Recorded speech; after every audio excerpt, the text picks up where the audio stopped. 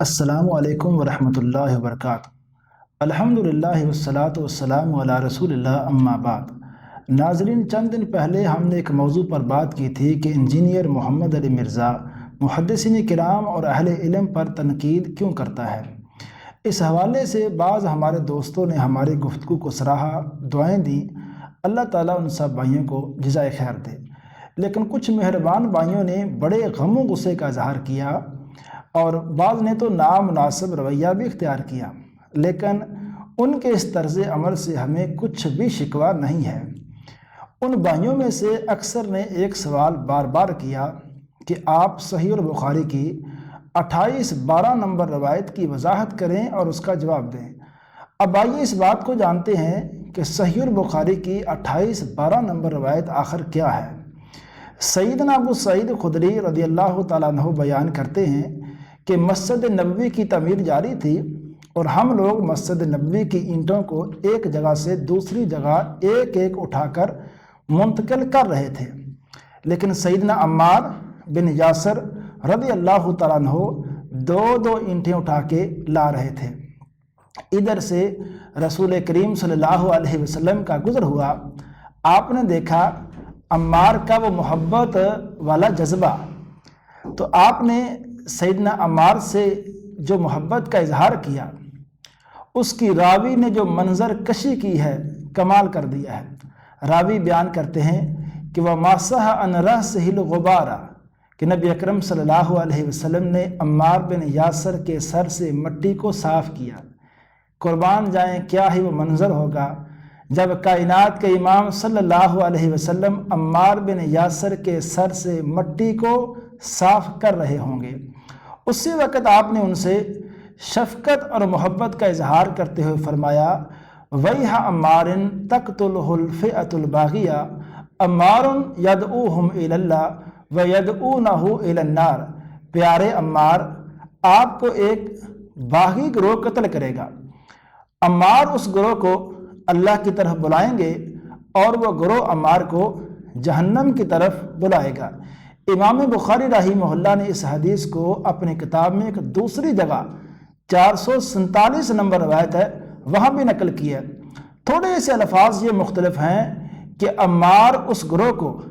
جنت کی طرف بلائیں گے اور وہ گروہ عمار کو جہنم کی طرف بلائے گا۔ اب آئیے اس حدیث کی شرح وضاحت کو معلوم کرنے کے لیے ہم محدثین کی عدالت میں چلتے ہیں۔ ناظرین، ایک بات ہم اچھی طرح سمجھ لیں کہ جس طرح محدثین کرام کا یہ عظیم گروہ اور مقام و مرتبے والے یہ لوگ جس طرح احادیث نبویہ کے الفاظ کو امت تک پہنچانے میں انہوں نے کمال امانت داری کا مظاہرہ کیا ہے، اور ان کی یہ کاوش کہ انہوں نے رسول کریم صلی اللہ علیہ وسلم کی زبان مبارک سے نکلے ہوئے ایک ایک لفظ کو جس طرح انہوں نے محفوظ کیا ہے اور آپ کی اداؤں کو جس طرح امانت داری کے ساتھ امت تک پہنچایا ہے، یہ کارنامہ ایسا عظیم عمل ہے کہ امت رہتی دنیا تک اس کی مثال پیش نہیں کر سکتی، اور امت نے متفقہ طور پہ اس بات کو ماننا اور تسلیم کیا ہے کہ محدثین الفاظ حدیث کو جمع کرنے میں اور امت تک آگے منتقل کرنے میں اس گروہ کی جو خدمات ہیں، اس میں انہوں نے جس اللہ سے ڈر، تقوی، طہارت کا جو مظاہرہ کیا ہے اور جس قدر احتیاط کے ساتھ انہوں نے کام کیا ہے، اس میں یہ علم میں راسخ بھی تھے، اللہ سے ڈرنے والے بھی تھے، عظیم مرتبہ مقام رکھنے والے بھی تھے۔ وہ ساری خوبیاں جو ایسے بندے حدیث کو جمع کرنے والے بندے میں ہونی چاہیے، وہ ساری خوبیاں اس گروہ کے اندر موجود تھیں۔ جب حدیث کے الفاظ کو ہم بیان کرنے میں اور آگے امت تک منتقل کرنے میں ہم ان پر مکمل بھروسہ بھی کرتے ہیں اور ہمارے ذہنوں میں اس حوالے سے کوئی اشکال نہیں ہے، تو لازمی طور پر ناظرین یہ بات سوچنے والی ہے کہ جو الفاظ حدیث جن محدثین نے نقل کیے ہیں، جمع کیے ہیں، اپنے بڑے شیوخ سے، محدثین سے سنے ہیں، ان کو سمجھ کے انہوں نے لکھا ہے، اور جہاں جہاں جس حدیث کی وضاحت چاہیے تھی انہوں نے کی ہے، تو جو کام جن محدثین نے کیا ہے تو اپنے بیان کردہ الفاظ کی سب سے پیاری اور سب سے اچھی جو شرح ہے، لازمی طور پر محدثین کا یہ گروہ ہی کر سکتا ہے۔ ہم احادیث کے الفاظ کے ساتھ ساتھ ان کے معنی، ان کی شرح، ان کی وضاحت کے حوالے سے بھی ہمیں مکمل طور پہ محدثین کرام پر ہی اعتماد کرنا چاہیے، اور وہی خیر والا گروہ ہے۔ اسی میں ہمیں وہ وضاحت ملے گی جو خیر والی، بلائی والی، اور اس میں صحیح وہ مثبت نتائج ہر حوالے سے ہمارے پاس آئیں گے۔ اور اسلام کی صحیح تصویر اگر ہم دیکھنا چاہتے ہیں، کتاب و سنت کی صحیح تعبیر اگر ہم جاننا چاہتے ہیں، تو وہ صرف محدثین کی شرح، وضاحت اور تحقیقات میں ملے گی۔ اب حدیث عمار کے حوالے سے محدثین نے جو بھی وضاحتیں کی ہیں، جو شرح، جو تحقیقات انہوں نے کی ہیں، ان کی ساری گفتگو کا جو خلاصہ ہے وہ یہ ہے: نمبر 1، حدیث عمار سند کے لحاظ سے بالکل صحیح روایت ہے۔ بعض لوگوں کا اس روایت کو ضعیف سمجھنا یہ بالکل درست بات نہیں ہے، بلکہ یہ حدیث تو متواتر درجے کی ہے۔ دوسری بات، امام نووی رحمہ اللہ اور دیگر شارحین حدیث نے حدیث عمار کے حوالے سے لکھا ہے کہ یہ حدیث سیدنا علی رضی اللہ تعالیٰ عنہ کی شان و عظمت پر بہت بڑی دلیل ہے، اور ناصبیوں کے اس موقف کا یہ حدیث رد کرتی ہے، اور اس کی تردید کرتی ہے کہ جو ناصبی یہ کہتے ہیں کہ سیدنا علی رضی اللہ تعالیٰ عنہ اپنی جنگوں میں حق پر نہیں تھے۔ تیسری بات، اب آئیے حدیث کے وہ 2 جملے جن کی وضاحت ہمیں درکار ہے۔ پہلا جملہ کہ عمار آپ کو ایک باغی گروہ قتل کرے گا، اور دوسرا جملہ کہ عمار اس گروہ کو اللہ کی طرف بلائیں گے اور وہ گروہ عمار کو جہنم کی طرف بلائے گا۔ اس کی وضاحت کیا ہے؟ جو پہلا جملہ ہے کہ عمار آپ کو ایک باغی گروہ قتل کرے گا، لفظ باغی جو ہے ہمارے معاشرے میں، ہمارے ہاں ایک بڑے سخت معنی میں استعمال ہوتا ہے، لیکن شارحین حدیث کو اگر ہم پڑھیں اس حدیث کی شرح میں، تو ان کا کہنا ہے کہ باغی 2 طرح کا ہوتا ہے۔ ایک وہ باغی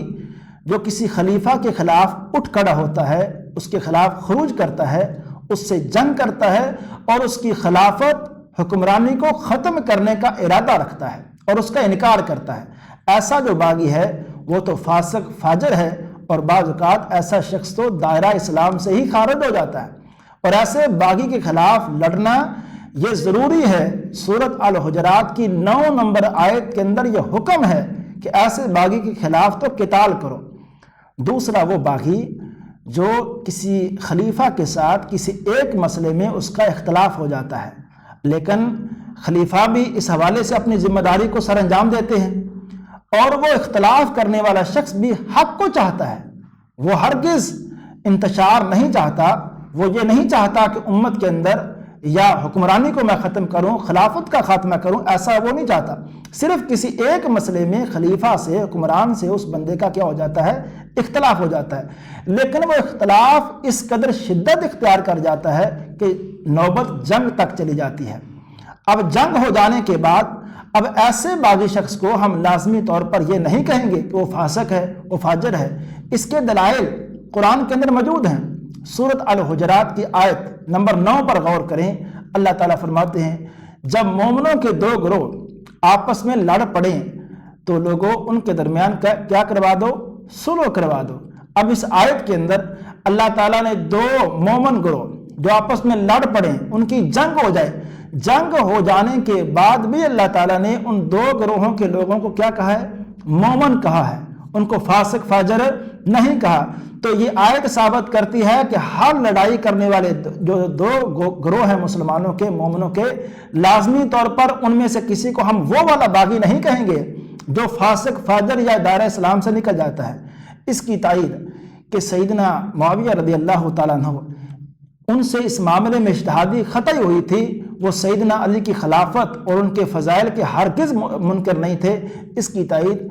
5ویں ہجری کے بہت بڑے محدث، حدیث کے حوالے سے وسیع مطالعہ رکھنے والے امام ابن حزم رحمہ اللہ، انہوں نے بھی اپنی کتاب الفصل فی الملل کے اندر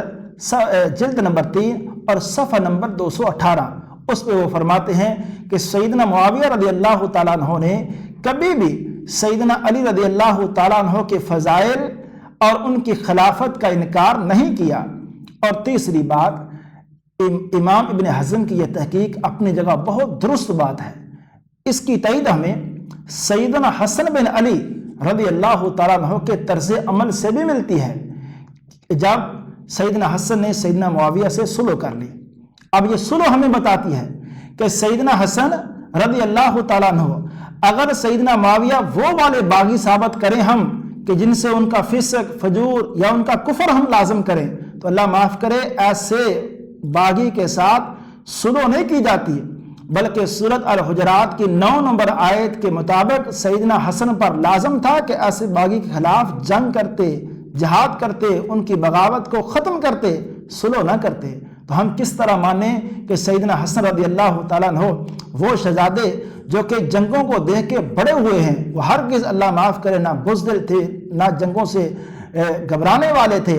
انہوں نے جو صلح کی وہ اس بات کو جانتے اور سمجھتے تھے کہ سیدنا معاویہ رضی اللہ تعالیٰ عنہ اور ان کے ساتھ جو باقی اصحاب رسول ہیں ہرگز وہ ایسے باغی نہیں ہیں کہ ان کو ہم فاسق فاجر یا دائرہ اسلام سے خارج کر کے ہم ایسے باغی کے معنی میں ان کو لے لیں کہ ان سے ہم جنگ کریں، ایسی بات نہیں ہے۔ ان کا صلح کرنا یہ بات بتاتا ہے کہ وہ بھی سیدنا معاویہ رضی اللہ تعالیٰ عنہ کے حوالے سے ایسا ہی نظریہ رکھتے تھے کہ ایک اجتہادی معاملے میں مسلمان حق کی تلاش میں اسارے، لیکن اختلاف شدت اختیار کر گیا ہے۔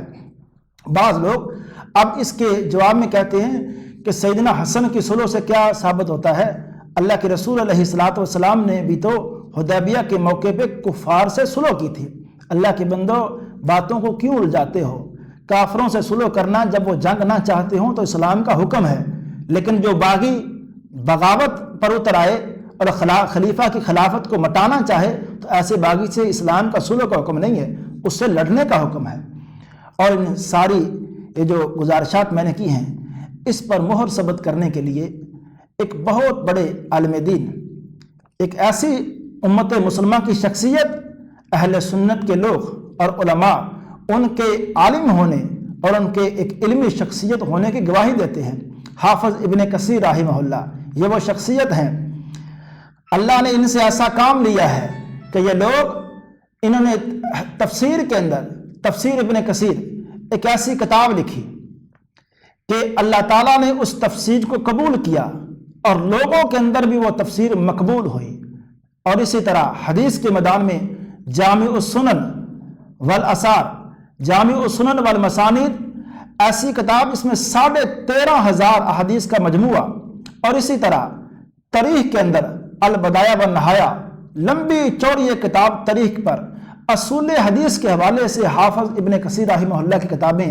کہنے کا مقصد یہ ہے کہ یہ وہ شخصیت ہیں جن کا تاریخ، تفسیر،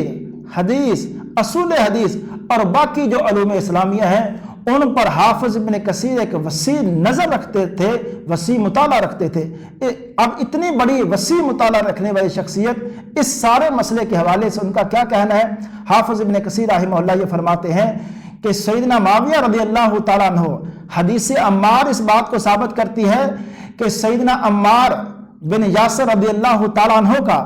سیدنا علی کے گروہ میں شامل ہو جانا اس بات کو ثابت کرتا ہے کہ سیدنا علی اپنی جنگوں میں سیدنا معاویہ کی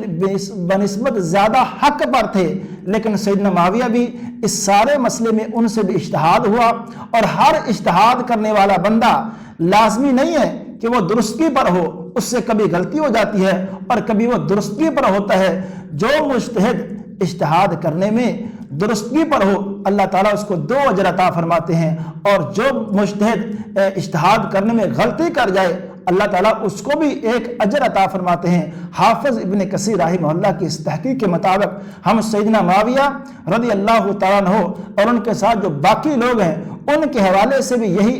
امید رکھتے ہیں کہ اللہ تعالیٰ ان کو اس اجتہادی خطا پر اللہ تعالیٰ ان کو بھی اجر ہی عطا فرمائیں گے، نہ کہ اس حدیث کو سامنے رکھ کے ہم سیدنا معاویہ رضی اللہ تعالیٰ عنہ کی شخصیت اور باقی جو ان کے ساتھی تھے ان پر تنقید کریں۔ حدیث کا دوسرا جملہ جس میں یہ الفاظ ہیں کہ عمار اس گروہ کو اللہ کی طرف جنت کی طرف بلائیں گے اور وہ گروہ عمار کو جہنم کی طرف بلائے گا۔ میں اس کی وضاحت میں 3 حوالے پیش کرتا ہوں۔ پہلا حوالہ عظیم محدث 6 ہجری کے امام قوام السنہ اصبہانی رحمہ اللہ، ان کی بخاری شریف کی شرح ہے 447 نمبر جو روایت، اس کی شرح میں یہ فرماتے ہیں حدیث کا یہ جملہ کہ عمار اس گروہ کو جنت کی طرف اور وہ گروہ عمار کو جہنم کی طرف بلائے گا۔ اس کی وضاحت یہ ہے کہ یہ جہنم کی طرف عمار کو بلانے والا گروہ خارجیوں کا گروہ تھا۔ جب سیدنا عمار نے ان کو دعوت دی تھی اسلام کی طرف، سیدنا علی رضی اللہ تعالیٰ عنہ کی طرف ان کو بلایا تھا،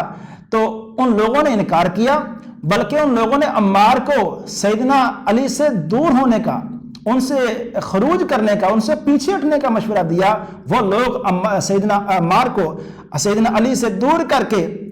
وہ ناحق رستے کی طرف بلا رہے تھے، لیکن سیدنا عمار اس خارجی گروہ کو سیدنا علی کی طرف بلا کے، جو کہ دراصل اللہ کی فرما برداری والا رستہ تھا اور جنت میں داخلے کا سبب تھا، اس کی طرف بلا رہے تھے۔ ساتھ ہی امام قوام السنہ اصبہانی رحمہ اللہ عظیم بات کرتے ہیں، کہتے ہیں صحابی رسول یا صحابہ کے جو گروہ ہے اس کے حوالے سے یہ بات سوچی بھی نہیں جا سکتی کہ جس گروہ کی اللہ تعالیٰ نے تعریفیں کی ہیں، ان کی فضیلت اور ان کے مقام و مرتبے کی گواہی دی ہے قرآن کے اندر، ایسے گروہ کے حوالے سے سوچا بھی نہیں جا سکتا کہ وہ گروہ کسی کو جہنم کی طرف بلائے گا۔ ناظرین، امام قوام السنہ کی یہ بات بہت اپنی جگہ ایک ایسی درست بات ہے اور ایسی خوبصورت بات ہے کہ وہ گروہ صحابہ رسول کا جنہوں نے اپنی جانیں دی، اپنا مال قربان کیا، بچے قربان کیے اور مہینوں سالوں اپنے گھروں سے دور رہے اس اسلام کو زندہ کرنے کے لیے، اس اسلام کی نشر و اشاعت کے لیے، کیا ہم یہ سوچیں کہ وہ عظیم گروہ جنہوں نے اتنی قربانیاں دیں، وہی گروہ اسلام کو مٹانے پہ اتر آئے گا، وہی گروہ اسلام کو مسخ کرنے کی کوششیں کرے گا؟ ایسا کبھی سوچا ہی نہیں جا سکتا۔ یہ بعض دشمنوں، بعض جاہلوں کا الزام تو ہو سکتا ہے، حقیقت کے ساتھ اس کا کوئی تعلق نہیں۔ دوسری بات، حافظ ابن حجر عسقلانی رحمہ اللہ کا حوالہ دینا چاہتا ہوں۔ اب جانیے حافظ ابن حجر کی شخصیت کو۔ ناظرین، تنہائی میں اس بات کو بیٹھ کے سوچیں کہ ایک طرف یہ علماء ہیں، یہ محدثین کی شرح ہے، اور ایک طرف بعض جاہل لوگ ایک حدیث کی وضاحت کریں، تو کیسے ہم اس بات کو مانیں کہ حدیث کی شرح کو سمجھنے میں ان سارے محدثین سے کیسے غلطی ہو گئی، اور چند ایک جو وہ بندے جو جاہل ہیں وہ کس طرح حدیث کی صحیح شرح کرنے کا دعویٰ کر رہے ہیں؟ حافظ ابن حجر، دیکھیے حدیث کا علم ہو، بڑی بڑی کتابیں حافظ ابن حجر نے تصنیف کی، اور اسی طرح اصول حدیث یہ تو حافظ کا ایک مشہور فن ہے۔ اور تیسری بات، حدیث کی شرح کرنے میں فتح الباری جو حافظ نے شرح بخاری شریف کی لکھی ہے، اہل علم کا یہ کہنا ہے کہ جب صحیح البخاری لکھی گئی اس کی شرح کرنا امت کے اوپر قرض تھا، اور حافظ ابن حجر عسقلانی رحمہ اللہ نے فتح الباری لکھ کر اس قرض کو ادا کر دیا ہے۔ حافظ نے اپنی اس عظیم شرح کے اندر اس حدیث کی بڑی پیاری شرح کی ہے۔ حافظ کہتے ہیں کہ اگر یہ سوال اٹھایا جائے کہ سیدنا عمار بن یاسر رضی اللہ تعالیٰ عنہ جنگ صفین کے اندر شریک تھے اور وہ سیدنا علی کے ساتھی تھے، دوسری طرف سیدنا معاویہ رضی اللہ تعالیٰ عنہ کے ساتھیوں نے سیدنا عمار کو شہید کیا، اور ان کی جماعت میں صحابہ کی ایک جماعت، ایک گروہ موجود تھا، تو کس طرح یہ جائز ہو سکتا ہے کہ صحابہ کا گروہ کسی کو جہنم کی طرف بلائے گا؟ یہ بات کیسے جائز درست ہو سکتی ہے؟ حافظ بھی اس معاملے میں کتنا ڈرے ہیں اللہ سے، اور اس کا جواب دیتے ہیں۔ حافظ کہتے ہیں اس کا جواب یہ ہے کہ اصحاب معاویہ وہ بھی حقیقت میں اپنے خیال کے مطابق، اپنے اجتہاد کے مطابق جنت کی طرف ہی بلا رہے تھے، لیکن کیونکہ ان کا بلانا دراصل وہ خلیفہ کے خلاف اٹھ کھڑے ہوئے تھے، وہ سیدنا علی وہ جو خلیفہ وقت تھے ان کے خلاف انہوں نے لوگ کھڑے کیے تھے، تو خلیفہ کے مخالفت کرنا یہ دراصل یہ درست بات نہیں تھی۔ یہ خلیفہ کے خلاف اٹھ کھڑا ہونا یہی دراصل ان کی وہ اجتہادی غلطی تھی، جو کہ ان کا جنت کے علاوہ وہ جو دوسرا رستہ یعنی خلیفہ کی مخالفت کرنا، یہ دراصل اللہ تعالیٰ کی مخالفت ہے، اور یہ رستہ گمراہی والا، نافرمانی والا رستہ تھا۔ لیکن اس معاملے میں ہرگز عمدن جانتے بوجھتے ہوئے سیدنا معاویہ رضی اللہ تعالیٰ عنہ کا گروہ ایسا چاہتا ہی نہیں تھا کہ ہم سیدنا علی رضی اللہ تعالیٰ عنہ کی خلافت کو ختم کریں، جیسا کہ میں نے پہلے گزارش کر دی۔ وہ تو اس معاملے میں وہ بھی حق چاہتا تھا کہ سیدنا عثمان کے جو قصاص ہے وہ جلدی لیا جائے، ہم سیدنا علی کو اس حوالے سے مجبور کرتے ہیں۔ لیکن اس سارے معاملے میں جو بھی اختلاف ہوا، یہ جو ساری جنگ ہوئی، یہ ایک آزمائش تھی صحابہ کرام پر، جو کہ اللہ کی طرف سے ایک آزمائش ان پر آ گئی، ایک امتحان تھا۔ اس امتحان میں بعض سے غلطی ہو گئی، بعض درستگی پر رہے۔ اور حافظ کہتے ہیں سیدنا عمار کا جنت کی طرف بلانا، اس کا معنی یہ بنتا ہے کہ کیونکہ وہ سیدنا علی کی طرف لوگوں کو بلا رہے تھے، اور خلیفہ کی اطاعت و فرما برداری یہ دراصل اللہ تعالیٰ کی اطاعت ہے، اور یہ جنت میں داخلے کا سبب ہے، تو یہی دراصل جنت کی طرف بلانا ہے۔ اسی طرح حافظ ابن حجر کے معاصر ایک بہت بڑے عالم دین علامہ بدر الدین عینی رحمہ اللہ، ان کی بھی بخاری شریف کی شرح ہے عمدۃ القاری، اس کے صفحہ نمبر 209 اور جلد نمبر 4، اس پہ علامہ عینی نے بھی بالکل یہی بات کر کے کہ صحابہ کے حوالے سے یہ بات سوچی نہیں جا سکتی کہ وہ لوگ کسی کو جہنم کی طرف بلائیں گے، لیکن ساتھ ایک اضافہ کرتے ہیں، کہتے ہیں وہ گروہ جس کی اللہ نے قرآن کے اندر تعریفیں کی ہیں اور قرآن کے اندر ان کی مقام و مرتبے کی اللہ نے گواہیاں دی ہیں، تو کیسے یہ گروہ اس کے حوالے سے یہ بات سوچی بھی نہیں جا سکتی۔ اب میں تیسری بات ایک یہ عرض کرنا چاہتا ہوں، جس طرح ہم سے یہ مطالبہ کیا گیا ہے نا کہ آپ صحیح البخاری کی 28-12 نمبر روایت کی وضاحت کریں، تو ہم بھی کہتے ہیں کہ بھائیو آپ صحیح البخاری کی 3608 نمبر روایت کو آپ بھی تو پڑھیں، اس معاملے میں اس کی وضاحت ہمیں بھی تو سمجھائیں کیا ہے۔ اب اس روایت کے اندر کیا الفاظ ہیں کہ رسول کریم صلی اللہ علیہ وسلم نے فرمایا قیامت قائم نہیں ہوگی جب تک میری امت کے دو بڑے گروہ آپس میں ایک بڑی جنگ نہیں کریں گے، اور ان کے حوالے سے کیا فرمایا وَدَعْوَاهُمَا وَاحِدًا، ان دونوں گروہوں کا دعویٰ ایک ہی ہوگا۔ حافظ ابن حجر کو کی شرح اٹھا لیں، باقی شارحین حدیث جو کہ بخاری کی جنہوں نے شرح کی ہے اس کو اٹھا لیں، سارے یہ بات کہتے ہیں کہ اس سے مراد سیدنا معاویہ اور سیدنا علی رضی اللہ تعالیٰ عنہ کا گروہ تھا، دونوں کا دعویٰ ایک تھا، یعنی دونوں ہی اسلام پر تھے، دونوں حق چاہتے تھے، یہی دونوں کا دعویٰ ایک تھا۔ یہ حدیث بھی ہمیں تائید کرتی ہے کہ سیدنا معاویہ رضی اللہ تعالیٰ عنہ پر حدیث عمار کو بیان کر کے کسی قسم کی تنقید نہیں کی جا سکتی۔ اب چوتھی بات یہ عرض کرنا چاہتا ہوں کہ محدثین کے حوالے سے ہم یہ بات سمجھتے اور کرتے ہیں کہ یہ ایسے لوگ تھے جو حدیث کا فہم بڑا دقیق فہم رکھتے تھے اور بڑے باریک باریک نقطے احادیث سے نکالتے تھے۔ تو ایک سوال ہمارے ذہنوں میں پیدا ہونا چاہیے کہ حدیث عمار انہوں نے بھی تو پڑھی نا، اپنی کتابوں میں لکھی، تو ان کو اس حدیث سے کیا مسئلہ سمجھایا، کیا نتائج انہوں نے نکالے۔ امام بخاری رحمہ اللہ کو آپ دیکھیں 447 نمبر جو روایت ہے اس کے اوپر امام بخاری رحمہ اللہ نے جو ہیڈنگ جو ایک مسئلہ اخذ کیا ہے وہ یہ ہے کہ باب التعاون فی بناء المسجد، کہ مسجد کی تعمیر میں تعاون کرنا اس حدیث سے اس کی فضیلت ثابت ہوتی ہے۔ امام بخاری رحمہ اللہ نے حدیث عمار سے یہ مسئلہ ثابت کیا۔ 28-12 نمبر جو روایت اس پر امام بخاری نے یہ مسئلہ لکھا، باب مسح الغبار عن الراس فی سبیل اللہ، اللہ کے راستے میں جو بندہ کام کر رہا ہے اس کے سر سے مٹی کو صاف کرنا نبی اکرم صلی اللہ علیہ وسلم کی سنت ہے۔ یہ کتنا اچھا ایک رزلٹ نتیجہ امام بخاری رحمہ اللہ نے 2 جگہ اس حدیث سے نکالا۔ اسی طرح امام ابن حبان رحمہ اللہ ان کی جو کتاب ہے صحیح ابن حبان، اس کی جلد نمبر 15 اور صفحہ نمبر 553 اور حدیث 7078 اس پر وہ یہی روایت حدیث عمار، امام ابن حبان رحمہ اللہ نے یہ مسئلہ وہاں سے لیا ہے کہ ذکر الخبر الدال علی ان عمار بن یاسر ومن کان معه كانوا علی الحق فی تلک الایام، کہ سیدنا عمار بن یاسر کی یہ حدیث اس بات کو ثابت کرتی ہے کہ سیدنا علی رضی اللہ تعالیٰ عنہ اپنی جنگوں میں ان دنوں حق پر تھے، سیدنا عمار اور ان کے ساتھی۔ اسی طرح امام بہقی رحمہ اللہ عظیم محدث ہے، وسیع ذخیرہ احادیث، انہوں نے اپنے کتابوں کے اندر ایک بہت بڑا احادیث کا ذخیرہ جمع کیا۔ انہوں نے دلائل النبوہ جلد نمبر 2 صفحہ نمبر 546 اس پہ انہوں نے یہ مسئلہ اخذ کیا ہے کہ اس حدیث سے نبی اکرم صلی اللہ علیہ وسلم کی نبوت کے درست ہونے پر یہ دلیل سچائی اور حقانیت پر دلیل ہے کہ اللہ کے رسول علیہ الصلوۃ والسلام نے جو خبر دی تھی وہ خبر بالکل اسی طرح ہوئی اور بالکل سچ ثابت ہوئی۔ تو یہ خبر بتاتی ہے، یہ حدیث عمار بتاتی ہے کہ رسول کریم صلی اللہ علیہ وسلم کی نبوت بالکل سچی نبوت تھی۔ اب آخری بات میں گزارش کرنا چاہتا ہوں، جو حدیث عمار کے حوالے سے علمی اور کتابی شرح تھی وہ میں نے آپ کے سامنے رکھ دی۔ ایک طرف یہ علمی کتابی شرح ہے اور دوسری طرف وہ وہمی خیالی خواہشات نفس کہ جس میں پوجا کی گئی ہے اور جو بالکل جہالت پر مبنی تشریحات ہیں، ایک طرف وہ ہیں۔ لیکن آپ غور کریں، محدثین کی شرح اس حدیث میں پڑھ لیں، محدثین نے جو اس حدیث سے نتائج نکالے ہیں اس کو پڑھ لیں، آپ کو ان ساری تشریحات، تحقیقات اور نتائج میں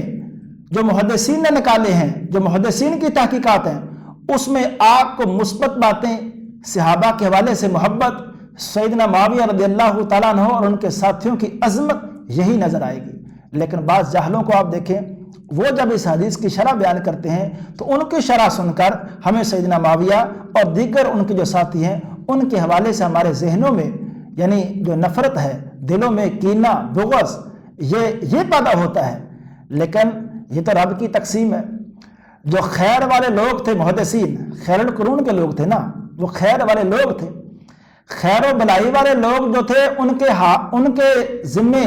یا ان کے حصے میں خیر و بلائی آئی، انہوں نے لوگوں کو خیر بتائی۔ لیکن جو شریر لوگ تھے انہوں نے اس حدیث کے اندر حالانکہ کوئی ایسا معنی موجود نہیں تھا، انہوں نے اپنے تائیں اپنی جہالت کی بنیاد پر اس حدیث کو بیان کر کے شر پھیلایا۔ شریر لوگوں نے شر پھیلایا اور خیر والے لوگوں نے اس حدیث کو بیان کر کے لوگوں کے اندر خیر پھیلائی۔ یہ آخری بات میں یہ بھی کہنا چاہتا ہوں کہ حدیث نبویہ کے سارے ذخیرے کو آپ جو نبی اکرم صلی اللہ علیہ وسلم نے، آپ ذرا سوچیں نا، ایک سوال پیدا ہوتا ہے کہ حدیث کی جو تشریح محدثین کرتے ہیں وہ مثبت تشریح کیوں ہے؟ اس کی وجہ یہی ہے کہ محدثین جب کسی حدیث کی تشریح کرتے ہیں وہ صرف اس حدیث کو مد نظر نہیں رکھتے، وہ بقیہ جو احادیث کا ذخیرہ ہے اس کو دیکھتے ہیں، قرآن کی آیات کو دیکھتے ہیں، کتب عقائد کو دیکھتے ہیں، اصول دین کو دیکھتے ہیں، وہ سب کو مد نظر رکھ کر وہ حدیث کی تشریح کرتے ہیں۔ لیکن بعض لوگ صرف ایک حدیث کے ظاہری لفظوں کو بیان کر کے صرف ایک انتشار پھیلاتے ہیں جو کہ حدیث میں ہرگز اس کی گنجائش، وہ معنی موجود نہیں ہے۔ اللہ تعالیٰ سے دعا ہے اللہ تعالیٰ ہم سب کو صحابہ کی محبت پر زندہ رکھے۔ السلام علیکم ورحمۃ اللہ وبرکاتہ۔